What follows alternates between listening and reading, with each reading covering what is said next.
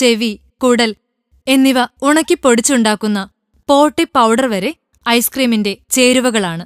കൊഴുപ്പ് വർദ്ധിപ്പിക്കാനാണ് പോട്ടിപ്പൊടി ചേർക്കുന്നതെങ്കിൽ ice cream പതഞ്ഞു പൊങ്ങാനാണ് washing powder ചേർക്കുന്നത്. Washing പൗഡറിനൊപ്പം അല്പം നാരങ്ങ നീരുകൂടി ചേർത്താൽ ഐസ്ക്രീം പതഞ്ഞ് ഉയരും. ഐസ്ക്രീമുകളുടെ സ്വാദും കൊഴുപ്പും വർദ്ധിപ്പിക്കാൻ ചേർക്കുന്ന ഈ ചേരുവകളൊക്കെ ഗുരുതരമായ രോഗങ്ങൾക്ക് കാരണമാകുന്നവ തന്നെ. കൂടാതെ ഐസ്ക്രീമിന്റെ നിറം വർദ്ധിപ്പിക്കാനും എസൻസായി ചേർക്കുന്ന വസ്തുക്കൾ ഭൂരിഭാഗവും പെട്രോളിയം ഉൽപ്പന്നങ്ങളാണ്. നിറം കൊടുക്കാൻ ചേർക്കുന്നത് മെറ്റാനിൻ യെല്ലോ എന്ന വിഷദ്രാവകമാണ്. യെല്ലോ നമ്പർ 5, ആസിഡ് യെല്ലോ എന്നിവയും നിറത്തിനായി ചേർക്കുന്നുണ്ട്.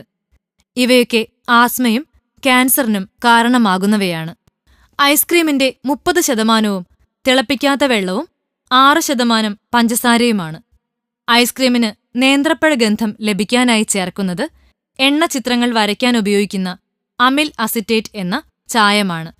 കശുവണ്ടിയുടെ ഗന്ധത്തിനായി ചേർക്കുന്ന ബ്യൂട്രിൽ ഡീഹൈഡ്, സിമന്റിൽ ചേർക്കുന്ന രാസവസ്തുവും സ്ട്രോബെറിയുടെ ഗന്ധത്തിനായി ചേർക്കുന്ന ബെൻസിൽ അസറ്റേറ്റും കൊഴുപ്പിനും മുട്ടയ്ക്കും പകരമായി ഉപയോഗിക്കുന്ന ഡൈ ഈഥൈൽ ഗ്ലൂക്കോളും ശരീരത്തിന് ഹാനികരമാണ്.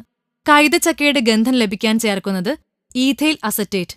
സാധാരണ ഉപയോഗിക്കുന്നത് മൃഗങ്ങളുടെ തോൽ വൃത്തിയാക്കാനാണ്. പ്ലാസ്റ്റിക്, റബ്ബർ എന്നിവയിൽ ഉപയോഗിക്കുന്ന ആന്റിഹൈഡ് എന്ന രാസവസ്തുവും വാനിലയുടെ ഗന്ധത്തിനായി ഉപയോഗിക്കുന്ന പൈപ്പറനോളും മനുഷ്യനെ ഇഞ്ചിഞ്ചായി കൊല്ലുക തന്നെ ചെയ്യും.